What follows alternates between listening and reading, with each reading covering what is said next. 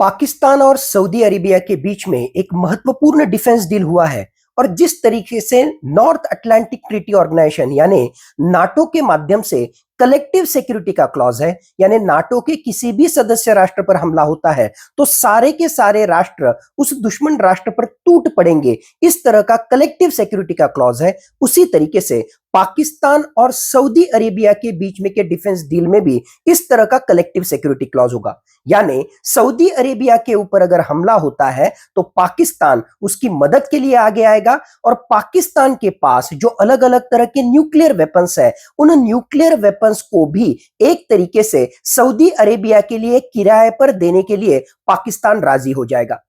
आज अगर हम देखेंगे तो पाकिस्तान के सामने सबसे बड़ी जो दिक्कत है वो है उसकी इकोनॉमिक बैंक्रप्सी। आज पाकिस्तान कंगाल है और इससे अगर उसे बाहर निकलना है तो उसके पास जो अलग अलग तरह के हथियार है और उसके पास जो न्यूक्लियर वेपन्स है उसको भी किराए पर देने के लिए पाकिस्तान तैयार हो रहा है। आज सऊदी अरेबिया के साथ उसने डिफेंस डील वहां पे किया है और उसके माध्यम से कहीं ना कहीं इस्लामिक लिंक यानी इस्लामिक राष्ट्रों को जोड़ने की एक तरह की कवायद पाकिस्तान की तरफ से की जा रही है।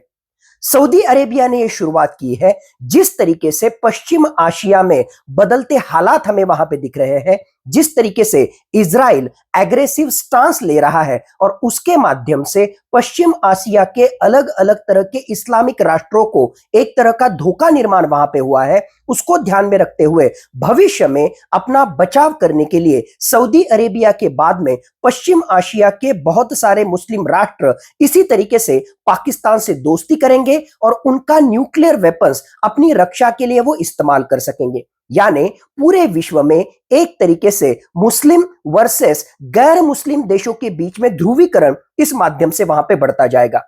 मूलतः पाकिस्तान में ये न्यूक्लियर वेपन्स उनके सरकार के पास नहीं है, उनके फौज के पास है और उस फौज पर बहुत सारे हद तक इस्लामिक टेररिस्ट ऑर्गेनाइजेशन का बहुत ही ज्यादा प्रभाव है। यानी एक तरीके से पाकिस्तान के न्यूक्लियर वेपन्स यानी इस्लामिक टेररिस्ट ऑर्गेनाइजेशन के हाथ में के न्यूक्लियर वेपन्स, इस तरीके से उसका मतलब होगा। भविष्य में अगर संघर्ष बढ़ता है तो इन इस्लामिक टेररिस्ट ऑर्गेनाइजेशन का प्रभाव वहां पर बढ़ेगा और उसके माध्यम से भविष्य में विश्व के लिए ही खतरा निर्माण हो जाएगा।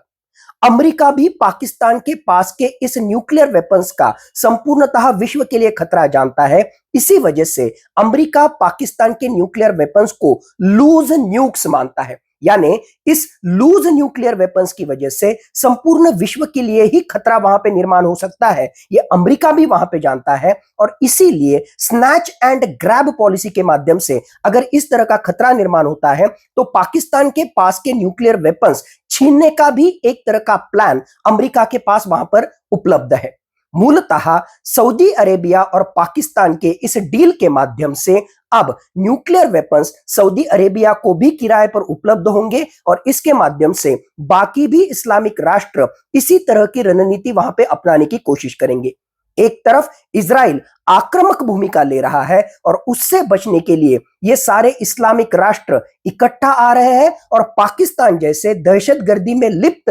राष्ट्र की मदद ले रहे हैं। न्यूक्लियर वेपन्स उनसे जो है अपने मदद के लिए वहां पे ले रहे हैं। आने वाले समय में विश्व के लिए यह बहुत बड़ा खतरा वहां पर निर्माण हो सकता है और उसको ध्यान में लेते हुए अमेरिका जैसे एक महत्वपूर्ण राष्ट्र ने कुछ महत्वपूर्ण कदम उठाना बहुत ही महत्वपूर्ण है। इसकी अगर दूसरी तरफ से हम चर्चा वहां पे करेंगे तो जिस पाकिस्तान को खुद की रक्षा करने नहीं आई, ऑपरेशन सिंदूर के माध्यम से उनके बुरे हाल वहां पे हो गए, वो पाकिस्तान सऊदी अरेबिया की या बाकी राष्ट्रों की क्या वहां पर मदद करेगा, यह भी इस मौके पर सोचने वाली बहुत ही महत्वपूर्ण बात है।